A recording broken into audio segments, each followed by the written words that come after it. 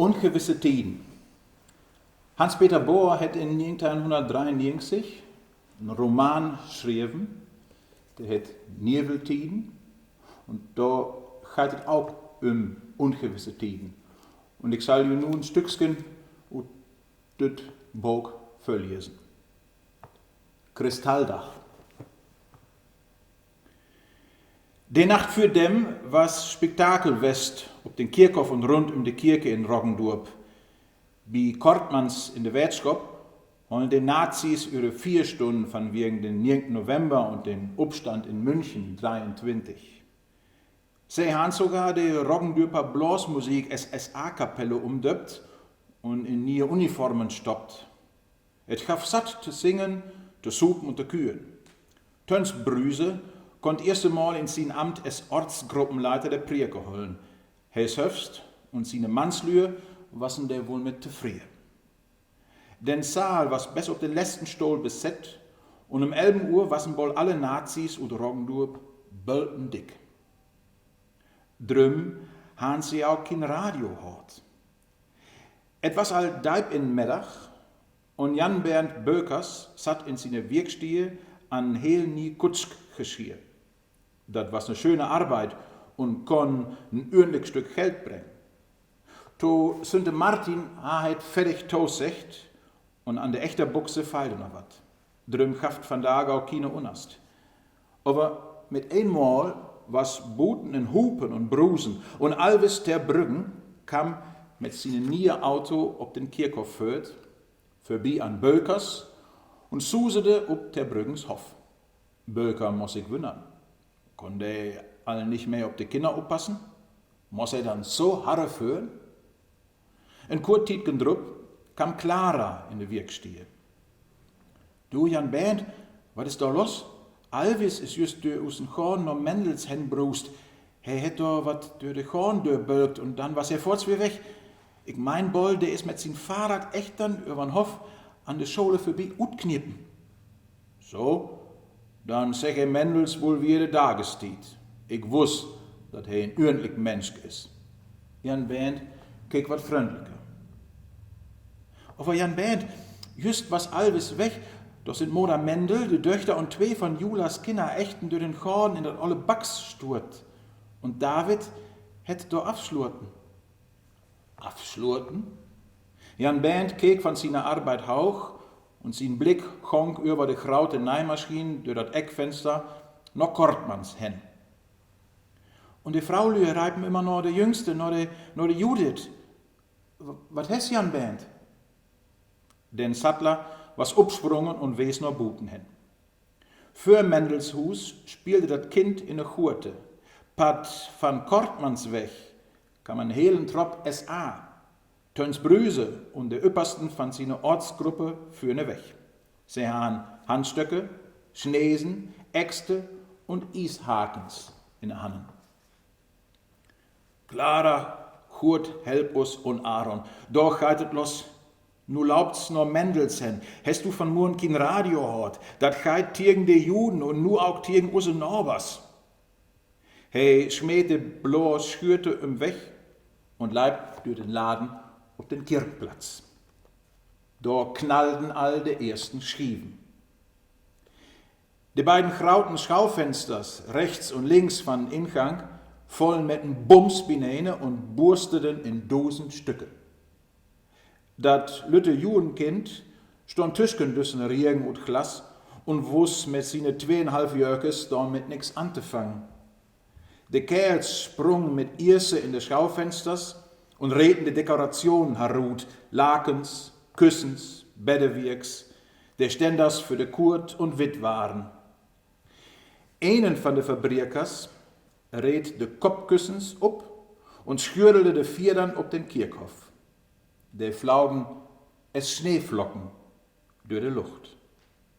Nu namens mit Äxte der Rückwand von des Schaufensters unnehmen und führen Hansen nu auch de graute, schwore Hustür uppbroken. Nicht erst de schöne Schiefe über de Deur bleef heel. Da Haas sieht de Tiden von Aaron Mendels Oper drupstorn, dat m hier Textil- und Galanteriewaren kaufen kann. In Knall mit dem Handstock, de Schieven voll in een. Aber de Schieven kamen so glücklich drafsturt, dat sie den Schläger de Hannen upschneden. Und so ha sich Olle Isaac Mendel noch einmal meldt. Nu leibten de Nazis in dat Hus herin und binnen kommt dat Schlagen wieders. Van Tiet tot Tiet flauch es wie wat durch de Fensters. Stoff, Brocken, Beddewirks, hele Trecken mit Korn und Neitüch.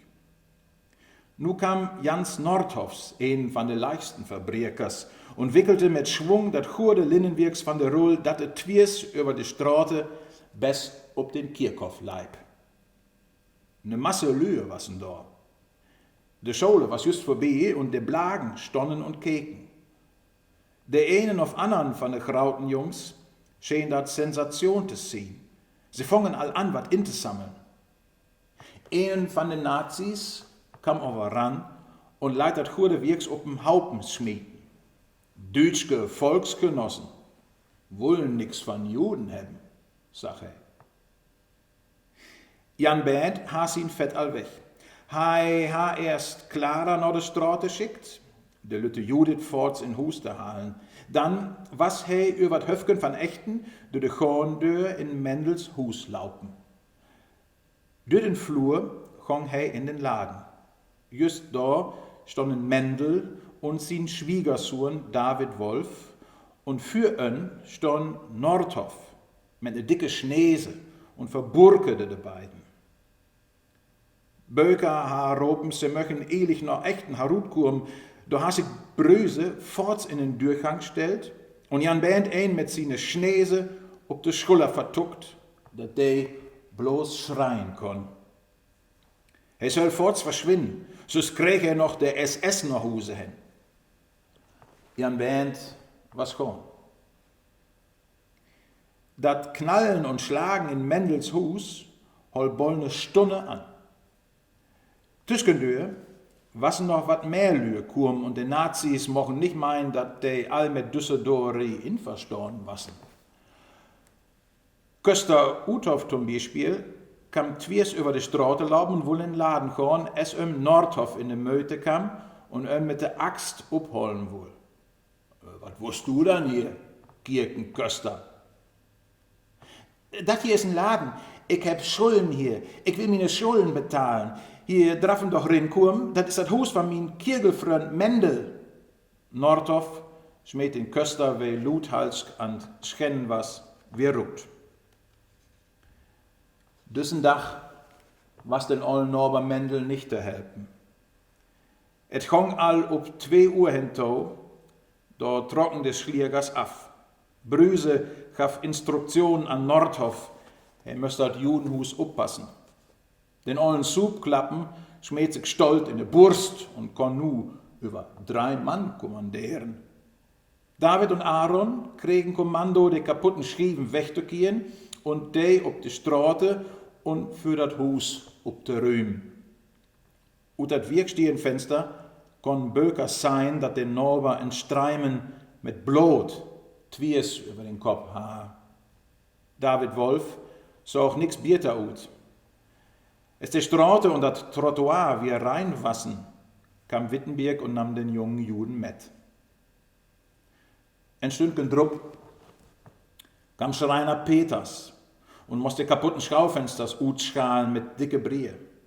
Den Ingang wurde tonniergelt und van Wittenberg versiegelt. Es kaffeetiet was, von den Nazis an, de Brie mit Farf zu beschmieren. Noch ein Viertelstündchen stund doch Giel und Driest zu lesen, Juda, verrecke, und ab nach Palästina. Davids Sterne stonden dabei. Es wurde langsam düster, da kam Brüse normal vorbei. Hij had sich noch was Extras utdacht. An der Ecken von Mendels Hus niegelte hij ein paar dreitrige Piercinge und durch ein zerbrochen Fenster von Mendels besten Sturm schmäht hij eine kaputte Kotte. Nu gaf hij Nordhoff noch ein paar Kommandos. Ein Deel van den SA-Sturm muss eine Nacht bei Kortmans blieben und der Judenhus bis op den anderen Abend überwaken. Da hollen's dann auch ihre Siegesvier. Die wösten Leder gingen bis laat an diesen Abend über den Roggendürper Kirkplatz. Etwas Abendjätenstiet. Clara Böker hatte Kinder wei so viel fragen wollen, all wat früher noch Bett bracht. Sie, Vater Böker und Jan Band satten nur an Tisch und stukerten in ihre Bratkartoffels herum. Kein ein mocht wat eten. Echten ging die Korndeur, Franziska kam herin. Die Nazis sind echten ut den Korn herut. Et steigt bloß noch den Döskopf von Nordhof führen up Trottoir. Sie beholt ihren Überzieher an und blieb da neben der Tür an den Spölstehen stehen. Ich hab Judith nur Jula bracht. Et blieb still in der Kirche. Kein ein mocht wat sagen. Mit einmal stand Vater Böker op. Jan Band, kiek noch den Wams, wie hebt Norbers Pflichten. Clara sag nix. Franziska ha natte Augen und fang an zu grienen.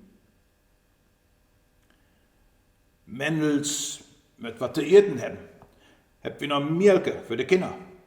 Die Kaffeekanne ist ja heel voll. Wann die bloß nicht so verliegen ihr Eten würden.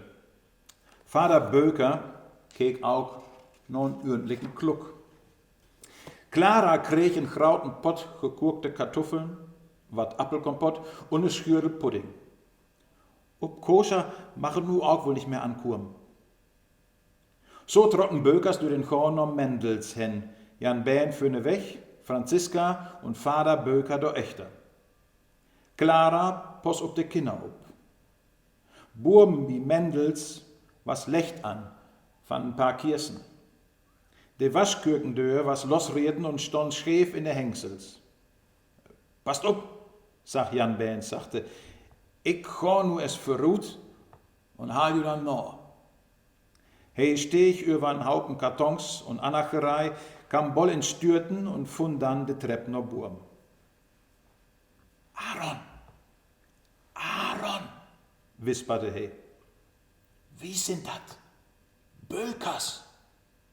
Wo sind die dann? Burm in Treppenhus bewegte sich wat, ein Biert gelächt voll op de Trepp. Und in den Kirsenschien sah Jan Bähn den ollen Norber mit een graut Linnendook den Kopf. Kurm stick Hauch, für het Hus steigt noch wat. Jan Bähn holt sin Wiesfinger op de Lippen, wees nur de Waschkürke und halte Vater Böker und Tante Franziska noch. Fürsichtig schlägen sich die drei de Treppenhauch. In de Neisturf satten Mendels Bineen. Jula ha sich pat mit ihre drei Kinder hinlegt. Die wassen besentiert verschrocken und haben bloß noch den Vater roken. Hier Burm in Hus sind so's gar nicht Gurm, sagt Mendel. Do hebt wie Glück hat. Pat un ist alles in Tott. Den Laden, de Kürke, den grauten Wurnsturben und usse Lüt Stürfken. Alles kaputt. Brüse het sogar mit ne Spitzhacke ob das schöne Klavier spielt. Wie könnt nicht im Essen mehr wat kurken? Franziska vollert irgendwie in Kopf. Für vernaumt macht Korn, wie wird et Pat nicht oft koscher is. Men Kartoffeln, Kaffee und Stiefpudding is ja auch all wat. En Stuten heb ich noch inpackt. In dat Kirsenlecht hatten Mendels in Biertgen und vertellten, wat alles passiert was. David Wolf, der Schwiegersohn, satt in Sprützenhus und musste auch blieben. Wann er wieder zurückkommen kann, wussten Mendels nicht. Den Schaden unten was graut und nix zu reparieren. Wie Lecht mochen wat mehr sein. Lea und Tante Franziska kürden all wir über das Frühstück für den nächsten Tag, wo dat am besten riechen kann. Jan Band wohl noch ein Biertge mit Rachelkühen, men der verholt sich und wohl nix hören und nix sagen. Der junge Mann spürte wohl, dat er mehr in Tott gewoon was essen Laden und ein paar Rüme mit Möbelmann. Op Mendels Bidde hin nahm hij de kaputte Kodde, welche den Juden in Hus schmierten an, mit ne Zeitung an de Föte und schmäht sie noch Buten in den eigenen Gorden. Andern Muren will hij dat Dier op dem Mestfall ingraben. Mendel und Vater Böker bleven noch einen Augenschlag in Flur stehen.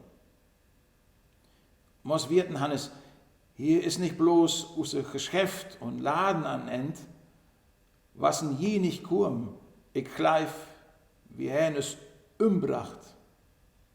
Kiek es hier an de Deur, de Messusa, der hebt hier über 100 Jahr Mendels wieset, wat ür Hus und irgendwas.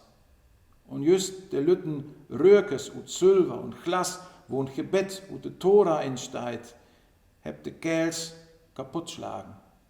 Wer dat kommandiert het, der wuss wohl, wo man einen frommen Juden an Grund kriegen kann. Meine Gebiertböker und mein Talmud hebt's mitgenommen. Es waren politisch Gesagen von Zentrum auf die Kommunisten wöhn. Mein Talit hebt's gut neinvollen und drop mieget. Aaron biewerte in Biertgen. Dann sag hij entschloten und mit faster Stimme, et is voorbij met uw Mendel in Roggendorp. Wie trekt af, Hannes? Et gaat nicht mehr. Und das war's.